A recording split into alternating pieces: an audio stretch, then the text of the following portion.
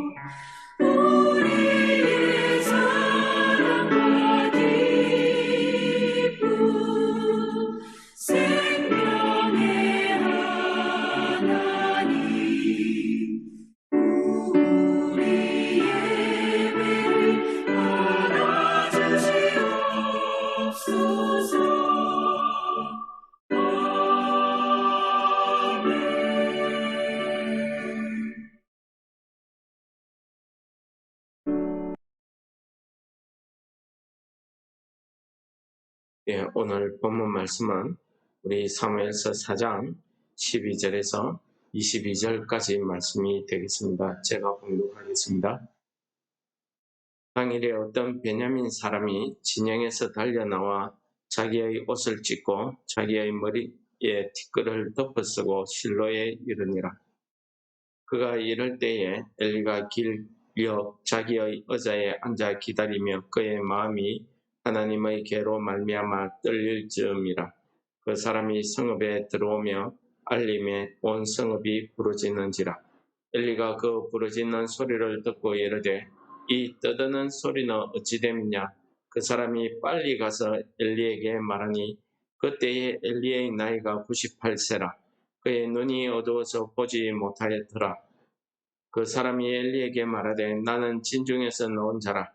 내가 오늘 진중에서 도망하여 왔나이다. 엘리가 이르되 내 아들아 일이 어떻게 되었느냐. 소식을 전하는 자가 대답하여 이르되 이스라엘이 블레셋 사람들 앞에서 도망하였고 백성 중에는 큰 살육이 있었고 당신의 두 아들 홈니와 비나스도 죽임을 당하였고 하나님의 괴는 빼앗겼나이다. 하나님의 괴를 말할 때에 엘리가 자기 의자에서 뒤로 넘어져 문 곁에서 목이 부러져 죽었으니 나이가 많고 비대한 까닭이라.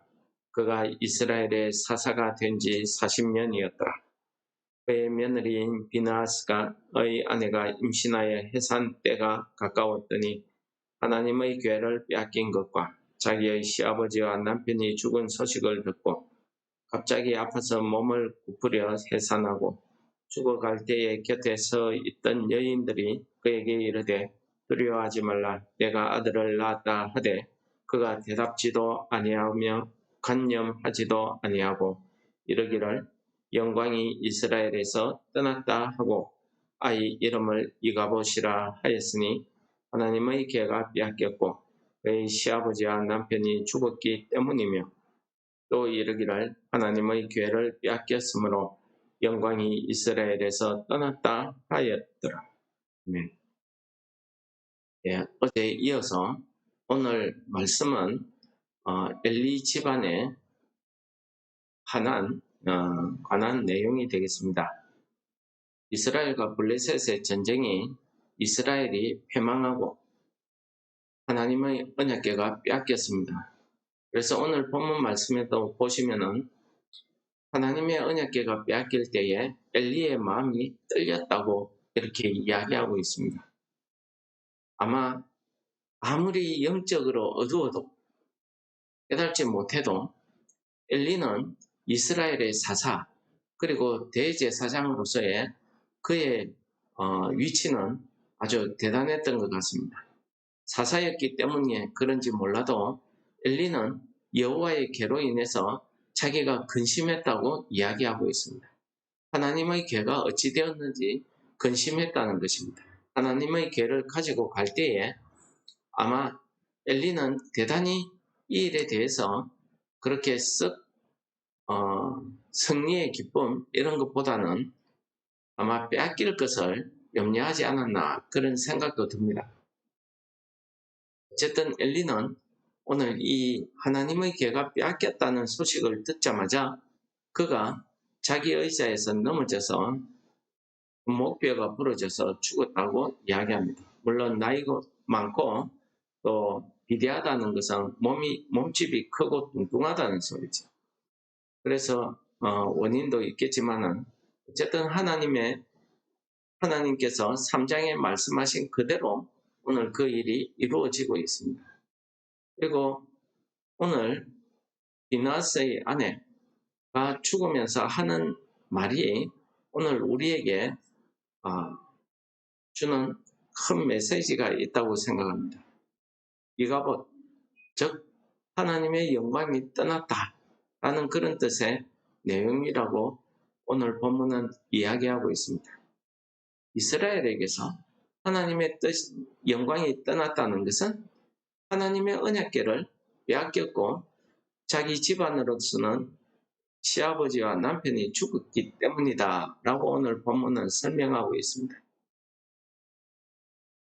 우리는 여기에서 하나님의 영광이 무엇인지를 우리가 한번 되짚어 봐야 됩니다. 과연 하나님의 언약궤가 빼앗겼기 때문에 하나님의 영광이 떠났을까요? 하나님의 영광이 그 언약궤에만 있었다. 자기들은 그렇게 믿었던 것 아니겠습니까?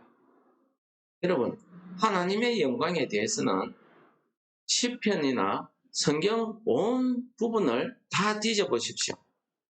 하나님의 영광에 대한 많은 이야기들이 나오고 있습니다. 특히 시편에서는 온 하늘이 다 하나님의 영광을 드러내고 있다고 이야기하고 있습니다. 하나님의 영광이 아주 그 조그만한 상자, 그 상자에 담겨져 있다고만 생각한다면 오해라는 것입니다. 하나님의 영광은 물론 하나님의 언약궤 위에 있는 그 속죄소에 임재하시는 하나님의 임재함을 이야기하는 것이죠. 하나님께서 함께 하지 않는다는 것을 이야기하는 것이죠. 그러므로 영광이라고 한다는 것은 하나님 자체를 이야기하는 것입니다. 하나님의 전능하심, 하나님의 그 국률하심, 하나님의 전지전능하심과 무소부재하심, 하나님의 이런 속성들을, 그 영광을 설명할 때에 이런 속성들을 우리는 이야기하고 있습니다. 과연 이 하나님의 영광이 그 언약궤 때문에 벌어진 걸까요? 중요한 것은 이스라엘 자신들이 이 전쟁에 나가면서 하나님께 묻지 않은 것입니다. 회에서도 하나님께 회개하고 돌이키지 않았던 것입니다. 무엇을 이야기하고 있겠습니까? 오늘 본문의 말씀은 하나님의 언약궤가 빼앗겼기 때문에 이스라엘의 하나님의 영광이 떠났을까요? 저는 그렇지 않다고 봅니다. 하나님께서는 이 이스라엘 백성들과의 언약의 관계를 맺으시고 하나님께서는 이 이스라엘 백성들의 삶을 통해서 하나님께서 영광을 받으시고자 했던 것입니다. 하나님의 영광은 이 하나님께서 약속하신 가나안 땅에서 하나님의 백성들이 하나님을 왕으로 모시고 하나님의 말씀대로 살아가는 것입니다. 그때에만이 하나님의 말씀이 주권이 되어서 이 땅에서 하나님께서 채우시고자 했던 그 에덴 동산이 이루어지는 것 아닙니까? 하나님의 나라가 이루어지는 것 아닙니까? 오늘 베드로전서에서 베드로 사도는 이렇게 이야기합니다. 여러분들이 만일 말을 한다고 하면은 하나님이 말씀하시는 것 같이 하고 봉사를 한다고 하면은 하나님이 주신 것을 가지고 내가 봉사하는 것 같이 해야 된다고 이야기합니다. 왜 그러냐 하는 것을 그 뒤에 설명하기를 이렇게 이야기합니다. 이는 모든 일에 예수 그리스도로 말미암아 하나님이 영광을 받으시게 하기 위함이니 그에게 영광과 권능이 세세에 무궁하도록 있느니라. 아멘 하시는 말씀을 우리에게 가르쳐주고 있습니다. 오늘 베드로 사도가 이야기하는 이 이야기의 내용이 오늘 본문에 대한 설명이라고 저는 보여집니다. 여러분, 오늘 우리를 가리켜서 우리를 영적 이스라엘이라고 부르고 있지 않습니까? 우리도 역시 이스라엘 백성들과 마찬가지로 그 죄로 어두워졌던 그 죄에서 얽매여서 헤어나오지 못하고 고통당하고 있던 그 애굽에서 우리를 구원하여 주시고 우리에게 하나님의 그 은혜의 역사가 이루어지고 있다는 사실을 우리는 우리의 삶을 통해서 깨닫고 믿고 또 감사하고 은혜를 체험합니다. 그래서 우리는 내가 받은 은혜를 간증하고 나타내기도 합니다. 그런데 우리가 언제부턴가 이런 하나님의 은혜를 잊어버리고 살 때가 많았다는 사실을 고백하지 않을 수 없습니다. 우리는 하나님을 믿는다고 말은 그렇게 하는데 실제 삶이나 세상 속에서의 삶을 보면은 전혀 하나님을 믿는 것 같지 않습니다. 심지어 신학교 교수들조차도 거짓말하고 권력에 아부하고 줄서고 또 목사들은 어떻습니까? 세상이 교회가 좀 더 커지고 성장하고 안착이 되면은 돈에, 여자에 무너지는 모습들이 오늘 우리 뉴스를 통해서 얼마나 많이 듣습니까? 왜 이런 일이 벌어집니까? 하나님을 믿고 하나님의 복음을 전하고 가르치는 자들이 왜 이렇게 되었습니까? 그렇다고 하면은 일반 성도들이야 뭐 말할 게 있겠습니까? 일반 성도들은 말할 것도 없죠. 우리도 우리 생활을 하다 보면은 오늘 하루를 살아가면서도 우리가 말을 하거나 생각을 하고 무엇을 판단함에 있어서 우리는 이 이스라엘 백성들처럼 하나님께 기도하지 않습니다. 물론 하나님께 기도하시는 믿음 좋으신 분들이 있을 줄 믿습니다. 그러나 때로는 우리가 그런 점을 놓치고 살더라는 것입니다. 그래서 하나님께서는 우리를 통해서 하나님의 영광을 드러내기를, 찬송 받으시기를 원하고 있습니다. 우리가 경기에서 승리해가지고 우승해서 하나님께 영광을 돌립니다 라고 한다고 해서 그 크신 하나님의 영광을 우리가 어떻게 영광을 올려드리겠습니까? 우리가 하나님께 영광을 드린다고 하는 것은 오늘 베드로 사도가 이야기하는 것처럼 예수 그리스도가 내 안에서 하나님의 영광을 드러내도록 역사하시기 때문에 우리의 삶을 통해서 하나님의 영광이 드러난다는 것입니다. 그것을 너무 쉽게 오늘 설명한 것이 베드로전서 4장 11절입니다. 무엇입니까? 누가 말하려고 하면은 하나님이 말씀하시는 것 같이 하라. 그러니까 우리의 말을 내 감정대로, 내가 하고 싶은 대로 그냥 막 내뱉는 게 아니라는 것입니다. 하나님께서 말씀하시는 것 같이 하라는 것입니다. 하나님이 영광, 하나님이 무엇입니까? 하나님은 사랑입니다. 하나님의 영광도 이 하나님의 사랑을 기반으로 해서 드러나는 것이 하나님의 영광입니다. 하나님의 말씀은 우리가 거룩하고 의롭게 사는 것을 원하시는 것입니다. 하나님의 그 말씀의 빛으로 살기를 원하시는 것입니다. 우리 입에 인간적인 말, 감정적인 말, 참 믿지 않는 사람들도 하지 않는 그런 욕이 섞여 나온다든지 그런 악한 말이나 그런 더러운 말이 우리 입에서 나온다고 하면은 우리는 생각해 봐야 됩니다.